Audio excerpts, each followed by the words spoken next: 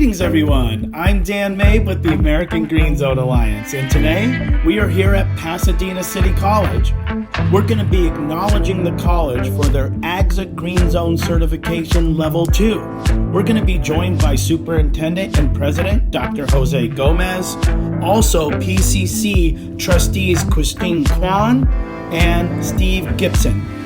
Also important people from the Maintenance Department, Carl Schaefer, Daryl Montgomery, and the crews that beautify their grounds every single day. Also, state and local officials will be joining us to acknowledge Pasadena City College's AGZA Green Zone Certification achievement.